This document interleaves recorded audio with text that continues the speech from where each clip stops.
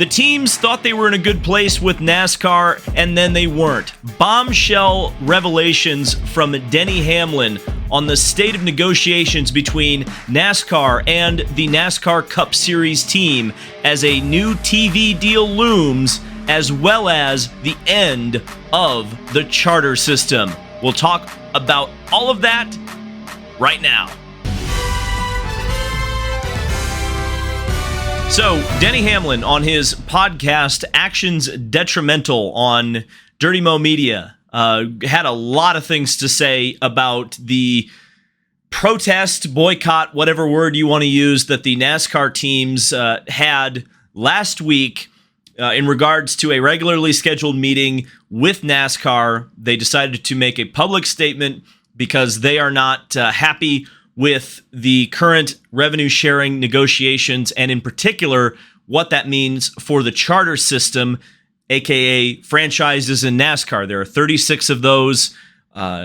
Most of the teams that run in NASCAR own a charter. In fact, it's rare to find a team that races in NASCAR that is not a part of this franchise system.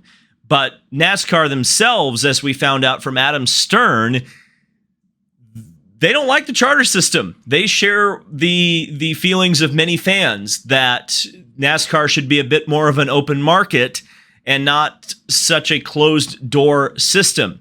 But this has become an extreme sticking point for the teams, particularly those who have purchased a charter from either a closing team or, in the case of Starcom Racing, a charter that was literally removed by NASCAR and put up for sale for a different team.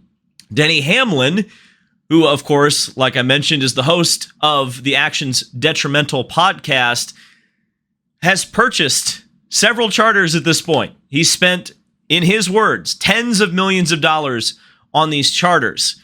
And I just want to read some of the kind of spicy quotes that he said. We're also going to talk about a lot of the other key points that he said in this podcast clip, which is linked in the description, because this really sheds light on exactly where NASCAR and the teams are right now. And it's a story we've been covering even on my podcast. We talked about it last night.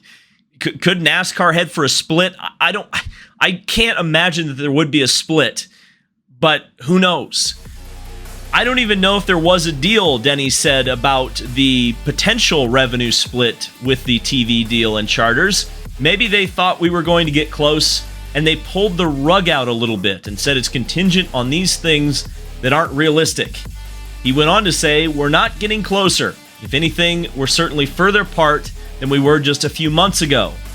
The team owners feel that time is running out. Oh boy. And that is specifically, when we're talking about time running out, that is a specific reference to the charters, the current charter agreement, the franchise system in the NASCAR Cup Series created by the teams. It's very important to make that a point. NASCAR themselves kind of begrudgingly went on with having a charter system, but the teams were really the driving force behind that. An agreement was reached, and the end of that agreement is at the end of this coming season. Why is that important? Well, that's a lot of perceived value, and in some cases, like Denny Hamlin or the Trackhouse operation with Justin Marks, it's real monetary investment that the teams have made to buy into this, and NASCAR potentially will take it away in, based on my interpretation, exchange for a higher percentage of revenue sharing from the next TV deal. But if the next TV deal comes down the line closer to the end of the year, then we're talking, all sorts of trouble between those two different but very much connected aspects of negotiation. And I've said it a few times. I you hear from different people, because I do get to talk to people within the industry. And obviously you see what's said publicly. And the general consensus that I get, both from talking to folks, reading news reports or looking at TV ratings, and just kind of my own, racing mind, racing business mind. The idea that the TV deal will be anywhere close to the money, which is around $1 billion a year, that NASCAR is currently getting for the TV. You don't have your 2014 TV ratings anymore, right? So I almost would guarantee that there is going to be a reduction of some sort in the TV deal. Now, NASCAR themselves has done a lot of restructuring. They've acquired ISC, which was their own company anyway, but they kept it separate. They've now brought that in-house. That means they control every track outright, or not every track, but most of the tracks outright. And that has given them options to change things up or even sell tracks, like we've seen with Fontana. They got $500 million for most of the land that the former California Speedway is on. Now, could that money that they're generating or could generate from tracks make the teams whole? Maybe. And we'll talk about that in just a second. But I think one of the major points that Denny brought up that I think is something that I think a lot of folks are going to overlook, and I don't think you should overlook it, is that Denny brought up exactly who's negotiating this deal with NASCAR. It's 4 names, and those 4 names are David Alpern, who is the president of Joe Gibbs Racing. And according to his LinkedIn page, he worked his way up to that position, starting as an unpaid intern when the team formed in 1992. The second negotiator is a guy by the name of Curtis Polk. He's negotiating on behalf of 2311 Racing. It's only his 3rd year in NASCAR, and the key point here is that he is Michael Jordan's personal, longtime financial advisor and a stakeholder in the Charlotte Hornets NBA team. I'll get back to that in just a second. Steve Newmark is the 3rd negotiator. He's negotiating on behalf of RFK Racing. He's been the president of RFK Racing since 2010. And the 4th negotiator needs no introduction, but I'll introduce him anyway. Jeff Gordon with Hendrick Motorsports.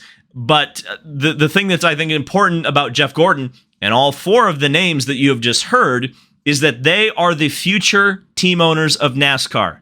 Rick Hendrick is not involved in these negotiations. Roger Penske is not involved in these negotiations. You've got 2311, and then you've got the 3 most important teams from a manufacturer standpoint. Joe Gibbs Racing has obviously been the Toyota factory team since 2008, and obviously they have such a close relationship with Toyota Racing Development. By a certain extent, they are the factory Toyota team, right? You've got RFK Racing. Roush builds all the Ford motors, so there's your factory Ford team. And Hendrick, obviously huge in the Chevy department, the biggest Chevy team. But like I said, these are the future team owners at the most powerful teams for NASCAR. These are the people who are going to want to get their bag in potentially lean times ahead for NASCAR. And they are going to, in my opinion, do everything they can do to make sure that their teams are secured in the future. And I think one of the big things that they think they have a perceived value on, and again, charters are only as valuable as the people who are willing to buy them, right? Like, that's the thing. How many people, if 36 charters went up for sale tomorrow, could pay $10 million for them? And I think that's probably the position that NASCAR is negotiating for. But specifically, when we talk about the boycott last week, that was specifically because, and Denny said this in his podcast, the team owners, the negotiators on behalf of the team owners from those 4 teams, wanted the France family specifically involved to hear them out on creating a permanence, making the charters a permanent fixture in NASCAR. And because Jim and Lisa France were not going to attend that meeting, the team owners decided all to not attend it. This is very interesting because let's say, for example, the TV money is less, but NASCAR is offering a higher percentage to the teams. Is that going to cover what is the perceived value of a charter? Some people say it's $10 million. Some people say it's $20 million. Let's talk about the charters on the low end, right?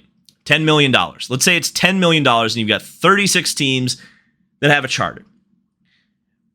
That would be $360 million, there or thereabouts, that NASCAR would be paying the teams potentially per year. Maybe a one-time thing, but if I was the teams, I'd probably be wanting $10 million a year. Can NASCAR afford that? Number one. How much of the TV deal is that going to be? How much of that revenue is that going to be? Is that going to be 40% of the TV revenue? Is that going to be 50% of the TV revenue? Is that going to be 60% of the TV revenue? So if NASCAR does decide to pay the teams $300+ million per year to keep them happy with the charter system, where do they have to cut? Again, they are right now getting $1 billion a year in their TV deal, and they're not paying the teams nearly the percentage that the teams want, or even that they have, I guess, currently negotiated. Again, the teams were happy with whatever percentage NASCAR was going to give them from the TV deal. What they're not getting is the charters. And that's really key, a key point, because that's the key sticking point. That's what's keeping this thing from being agreed upon.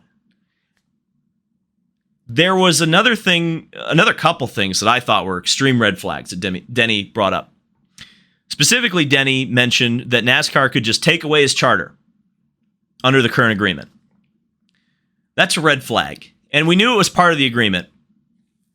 But I look at that, and I think Denny is under the impression that whether there's an intentional, stated threat or not, I think Denny worries, and by extension, I think a lot of team owners probably worry, particularly those that, bought these charters, that they could lose their charter, lose their investment, and be completely out on their ass because NASCAR holds the purse strings in terms of that aspect of the charter system. That's a red flag to me, because there's where the power play is. And, when we look at something like the open wheel split, the CART IRL split, or even the USAC CART split, these are the sort of things that caused those results. The other red flag to me, and it's so funny because so many people, when I said this was an important story and you need to pay attention to it, belittled me and said, oh yeah, whatever, a NASCAR going to Le Mans, who cares? Well, Denny Hamlin cared, and a lot of other team owners cared when the Garage 56 NASCAR program, and this is according to Denny, was announced the day after a team owner meeting, a regularly scheduled one, such as the one that was boycotted by the teams. That apparently rubbed a lot of teams the wrong way. And of course, it benefited Hendrick Motorsports. We think about the penalties right now with NASCAR. Who does it benefit? Hendrick Motorsports. Every other team, how do they feel about that? I don't know, man. This is the red flags are there, the signs are there. I don't know what's going to happen. I almost couldn't even conceive of a breakaway series, but I think Curtis Polk is the key to all of this. In fact, he has public quotes specifically calling out the business model of NASCAR. Being Michael Jordan's business manager, he has done a lot of high level chess, so to speak. He's also part of the ownership group in the National Basketball Association. That is, the players are unionized, the teams are a collective group under the NBA, and there's massive revenue sharing. I imagine this Curtis Polk guy is the canary in the coal mine, so to speak. He's the whisperer. He's saying, hey, we're not getting what we deserve. We are not valued as a collective aspect of this sport. And I'm very curious where this will all go, because you see this investment, you see the new team owners, and specifically the people negotiating are people who want to be involved in NASCAR for decades to come. And it looks like they've drawn their line in the sand about what it's going to take to make their business profitable.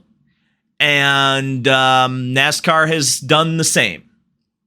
Who's going to budge first? I'll say this. I said this to a friend of mine on the phone earlier today. I think if NASCAR caves and pays the teams what they think they're worth, which is apparently, according to the charter system, $10 million a year each, maybe more, there's going to be significant changes in the sport. Cuts will have to be made. Tracks could be sold. Any number of things could happen. If the teams are not met with their demands, if NASCAR says, you're going to show up, charter or no charter, I think significant changes will happen. I think either way, we're headed for significant changes. And it's going to be a hell of a ride. And so, we'll be talking about it here. If you enjoyed this video, subscribe, and I'll see you in the next video.